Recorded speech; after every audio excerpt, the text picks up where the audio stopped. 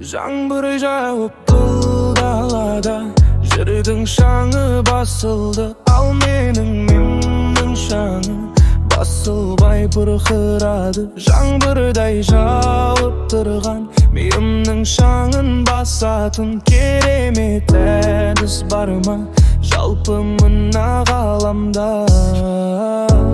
Ол әдіс жалғыз маған емес, керек қой барлық жанға. Арманың бәрі құрылыс, соғылғанда басың жарға. Аспанды қара бұлт жапты, тура қазіргі менің қабағымдай.